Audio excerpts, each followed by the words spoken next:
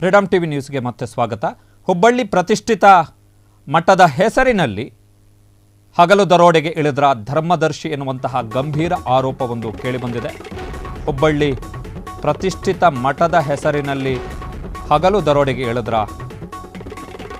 ಧರ್ಮದರ್ಶಿ ದೇಣಿಗೆ ಸಂಗ್ರಹಿಸಿ ವಂಚನೆ ಮಾಡಿದ್ದಾರೆ ಎನ್ನುವಂಥದ್ದು ಭಕ್ತರ ಆಕ್ರೋಶ.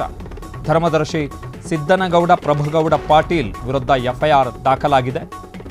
ಮಠದ ಭಕ್ತರಿಂದ ರಾಣೆಬೆನ್ನೂರು ಠಾಣೆಯಲ್ಲಿ ದೂರು, ಅಲ್ಲೇ ಎಫ್ಐಆರ್ ದಾಖಲಾಗಿರುವಂಥದ್ದು. ಉತ್ತರ ಕರ್ನಾಟಕದ ಪ್ರತಿಷ್ಠಿತ ಮಠಗಳಲ್ಲಿ ಒಂದಾಗಿರುವಂತಹ ಹುಬ್ಬಳ್ಳಿ ಮಠ ಅಸಂಖ್ಯಾತ ಭಕ್ತ ಸಮೂಹ ಹೊಂದಿರುವ ಮಠದ ಹೆಸರಲ್ಲಿ ಧರ್ಮದರ್ಶಿ ಆಡಿದ್ದೇ ಆಟ ಎನ್ನುವಂಥದ್ದು ಭಕ್ತರ ದೂರು. ಮಠದ ಹೆಸರು ಹೇಳಿ ಫೋನ್ ಪೇ ಮುಖಾಂತರ ದೇಣಿಗೆಯನ್ನು ಸಂಗ್ರಹಿಸ್ತಾ ಇದ್ರಂತೆ ಸಿದ್ದನಗೌಡ ಪಾಟೀಲ್.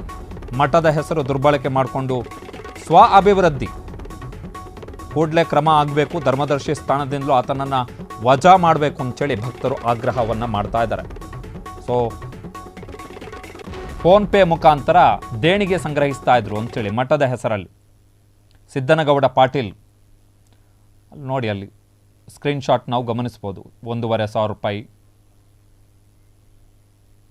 ಸೊ ಇವರು ಧರ್ಮದರ್ಶಿಗಳು ಮಠದ ಹೆಸರಲ್ಲಿ, ಹುಬ್ಬಳ್ಳಿ ಮಠದ ಹೆಸರಲ್ಲಿ ಅಲ್ಲಿ ಒಂದು ಲಿಸ್ಟ್ ಇದೆ. 2,000 ರೂಪಾಯಿ, 6,000 ರೂಪಾಯಿ, 5,000 ರೂಪಾಯಿ.